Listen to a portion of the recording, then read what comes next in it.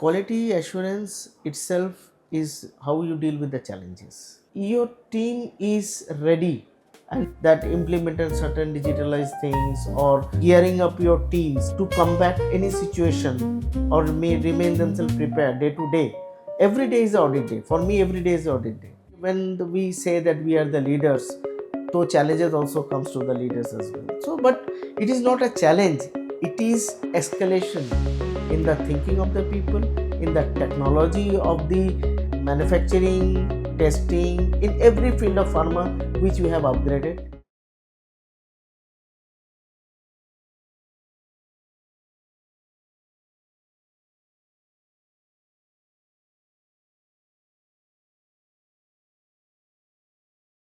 Welcome to the podcast. Today we have Dr. Souvik Nandi, who is a Senior General Manager of Corporate Quality Assurance at Themis Medicare Limited. Welcome to the podcast, sir. Thank you. Thank you very much. Sir, I see that you have done a PhD in industrial microbiology. Right. So, our audience would like to know how you started getting into microbiology. Was it by accident or was it something that happened very strategically? Actually, see, when we started the microbiology in India, that time, I am talking of 1992-93. That time, microbiology subject was new to Indian education as a specialized subject for any graduate, any science graduate. Absolutely. That time it was very nascent, a new subject, and people are having craze for the microbiology. Now also it is having, but now the study of microbiology is diversified into various specialized areas like biotechnology, industrial microbiology, medical microbiology, and other various forms of biotechnology depending upon the kind of sectors, pharma sectors. And if you see, in every, maybe food, maybe cosmetics, maybe pharma, maybe vaccines, everywhere this microbiology is prevalent and there. So, but when we started with a general microbiology in graduations. Later on, it becomes specialized to one particular in when we go for a post graduation for that. And later on, in PhD, I have pursued into industrial microbiology and work is on single cell proteins, which is my work on how to get the single cell proteins developed from petroleum wastes. That is a total form of a different subject which I have been working with. I have worked from NEERI, National Environmental Engineering Research Institute, CSIR, from Nagpur, and it was very, and it really it was a very exciting journey, which we have been passing through all this. And when came into pharma, the microbiology is playing the role in each and every part of my career. Is a part. So, sir, when you started the microbiology world, so pharma was already established or was it just blooming at that time? See, when I was about to pass the my post graduations in microbiology and was foraying into PhD to pursue my PhD, that time pharma was very in a flourishing mode. It was the start of the pharma era, right? I can trace back to some 1984. The pharma boom started in India, and when I was passing out my post graduation, that time pharma was established, and it was one of the area career which everybody like is looking into. So, and microbiology became a part of the pharma, heart and soul of the pharma, I can say. So, in that way, we are already associated with pharma. So, you were saying about the experience in your single cell protein journey. Could you please elaborate on that? Yeah, it's a really novel. That time, it is a new concept from Anand Chakravarti. I will Dr. Anand Chakravarti, who is currently no more, late Anand Chakravarti, who's actually in seas there was because the oil tankers, the oil spills are there into the sea oceans, and which is creating a very threat to oceanic flora and fauna. Yeah. And it is very difficult in an ocean to remove those oil, that is crude oil tankers, by maybe accident or by anything which happens which causes the spill. Now, to remove those oil spills, he is the person who started using alkali treated sawdusts with certain bacteria which takes this oil as a carbon source, and it grows, and it forms a mishell like the, and this mishell is removed from the ocean by very easy method rather than removing the oil from the surface of the, and it creates a barrier between the flora and fauna and the outside oxygen, so flora and fauna is getting impacted, and all those things when the problems come to it. Now my job is replace bacteria with yeasts, Hmm. because if you know, the yeast are the greatest source of amino acid lysine. Yes. So this single cell protein concept that time was on at a broom stage. So my job is replacing that bacteria with lysine, this lysine rich yeast, few species which I have isolated from these oily sludges only, and try to grow it on a solid state fermentation, not liquid state. Solid state means oil sludges will be there. Oil sludges means oil wastes which we get generate daily on tons and tons basis from the refineries, oil refineries, and that yeast which we grow on the this on oily sludges waste, they take the carbon from the oily sludges, grows, and it can be used as a feed and fodder for these chickens, and it increases the that is the mass, that is the what we say the chicken body mass, muscles and Okay. all those things. So it acts as a growth of the chicken, and also in the fodder for the milk production, because lysine is a very important amino acid. Absolutely. So the use of waste for creating a best, that is the concept. So, if looking back, how differently would you have tackled the same problem, sir, with so much of evolution that has taken place in the same field? Now see, currently I will like to quote a thing that AI is giving us every Yeah, solutions. At that point of time there was no AI, and we have to make trial and error, because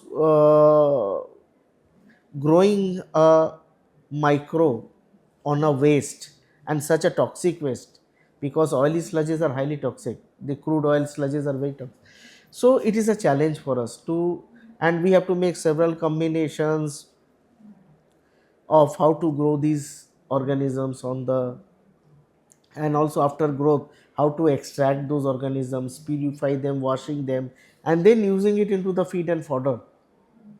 And what are the, after taking those feed and fodder, what is the impact of those feed and fodder on the animals, study is very challenging. So now I think it is more easy, because using these digitalized methods and the other things have become very simpler. Lot of information is available at a click of a button. that is That true. time we have to do only to the literature survey or something, going to the libraries, to various institutes, like that we have to gather the Absolutely, information. I can imagine. Sir, so how did you start your pharma journey?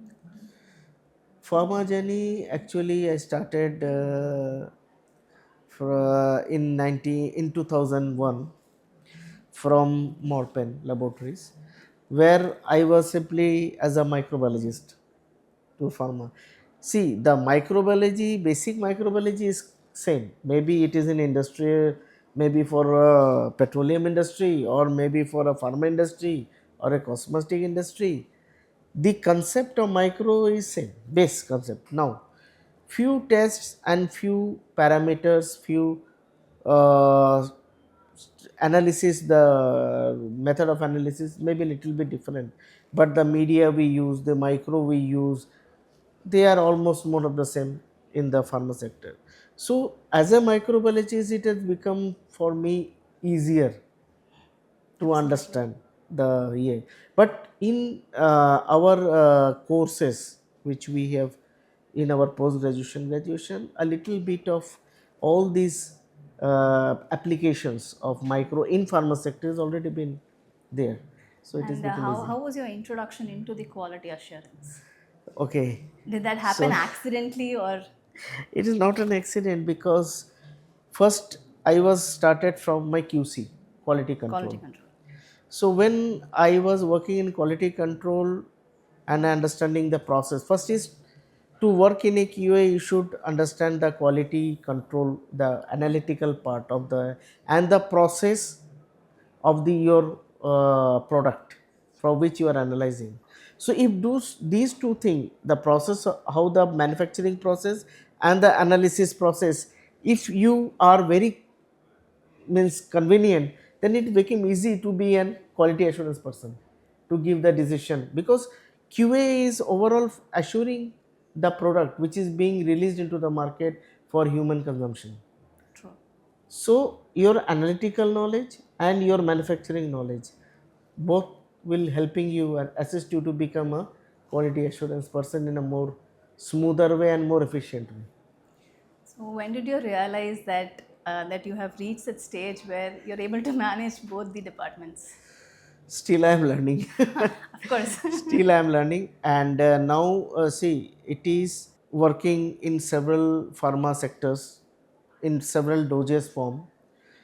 So it is an experience which has been gained through years, and still I am a learner at this stage as well, and I will be learning because now the pharma sector has gone a transient change from a totally paper to paperless, as you know, digitalized. True. Now lab 5.0 is into the place, and I am working on currently in my organization.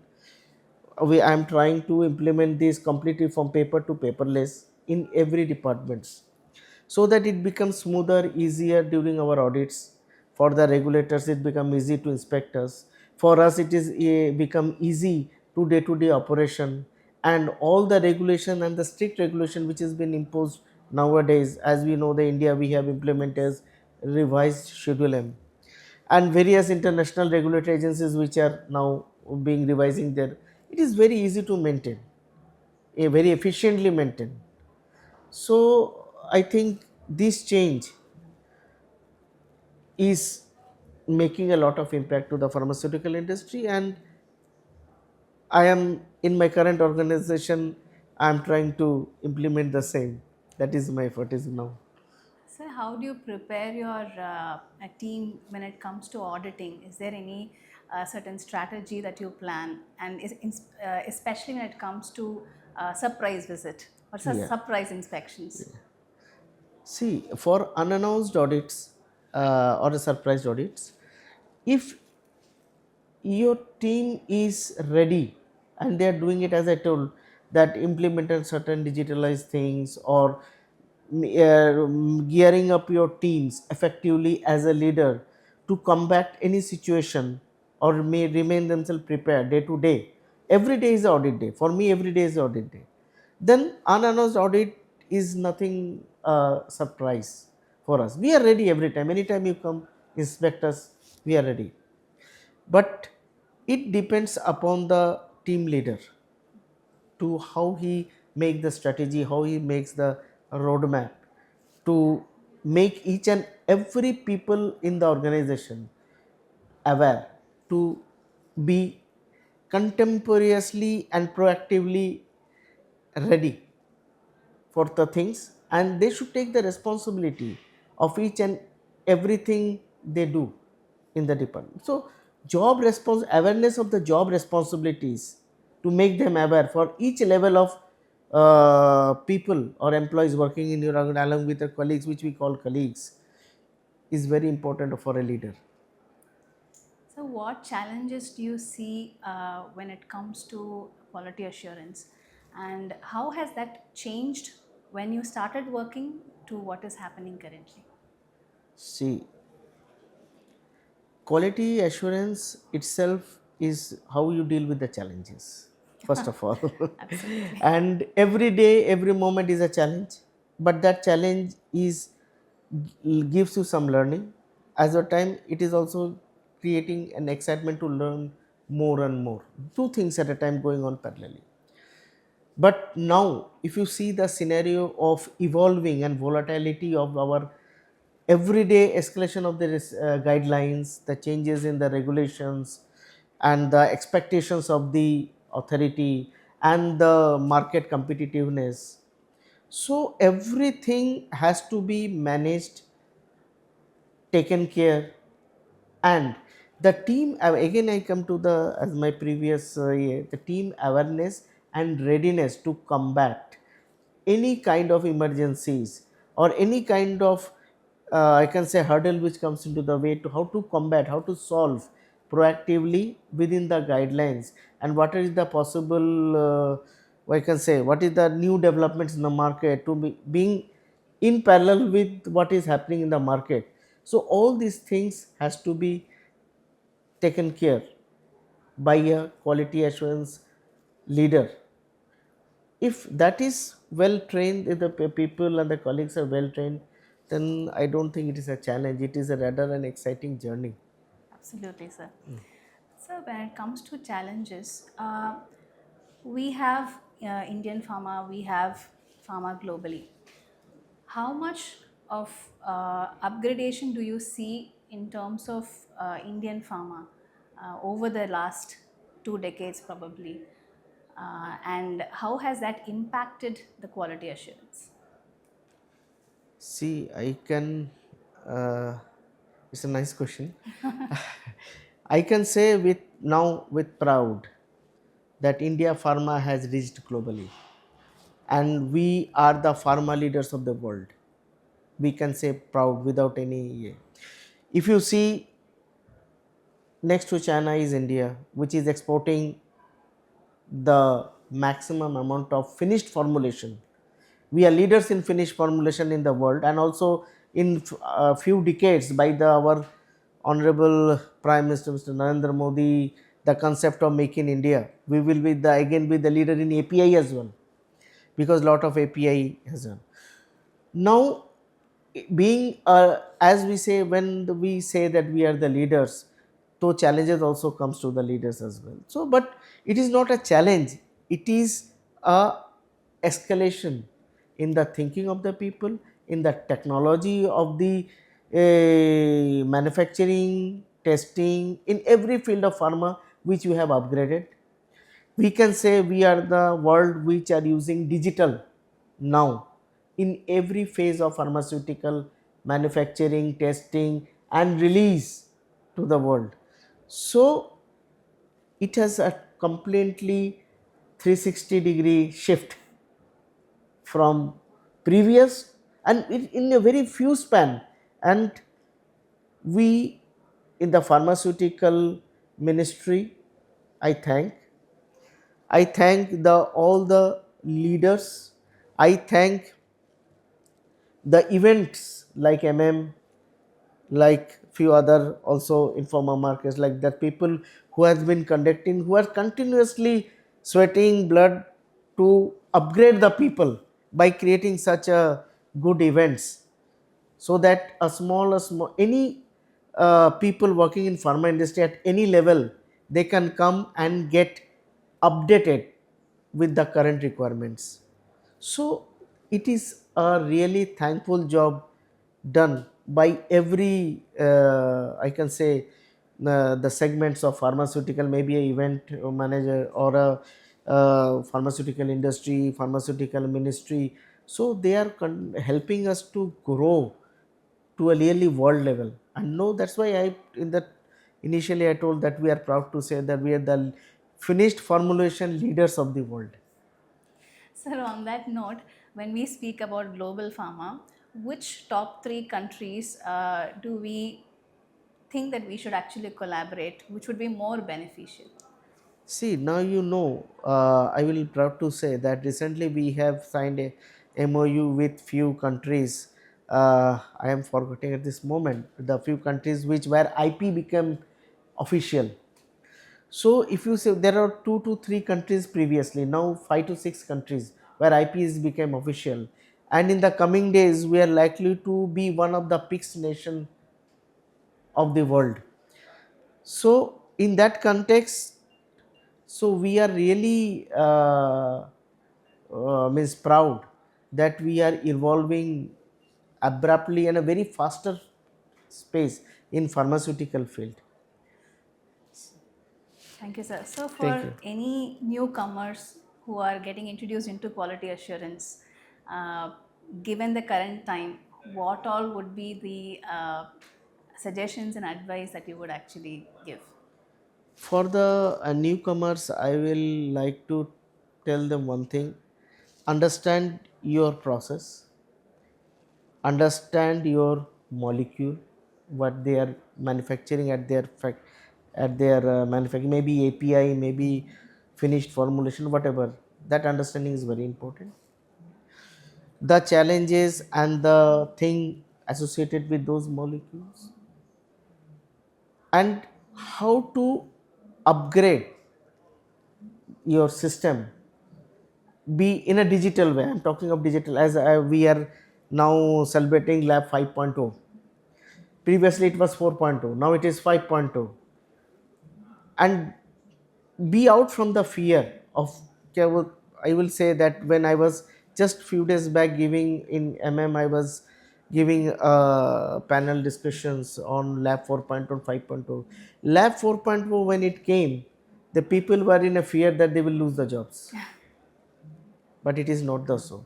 It is lab 5.0 has completely turned around this concept that these digitalization is helping the mankind in upgrading and thinking in a much better way.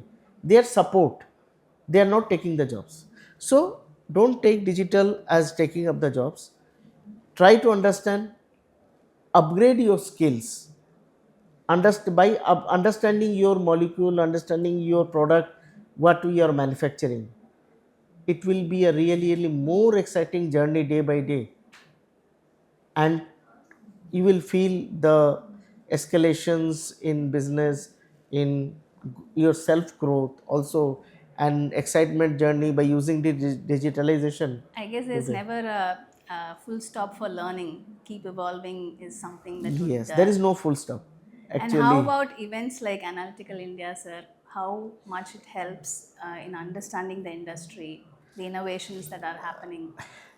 I will tell, I thank from the bottom of my heart to all the events, including Analytical Lab, who are, as I told earlier, these people are helping us immensely in upgrading our knowledge, not only of a particular molecule, but you see the knowledge about the equipments, knowledge about the digitalization, knowledge about the other environmental things which are helping in the manufacturing and the upgradation. We, in a single platform, if a person comes to attend such kind of events, they will get appraised with all the latest development. And really, such events are helping nowadays. That is the transformation. You are asking what is the transformation from that. That is the transformation, and these such events is helping India to making it self-reliant and being a leader in the world. Thank you so much, sir. Thank you Thank you so much very for much. being in the Thank podcast. you.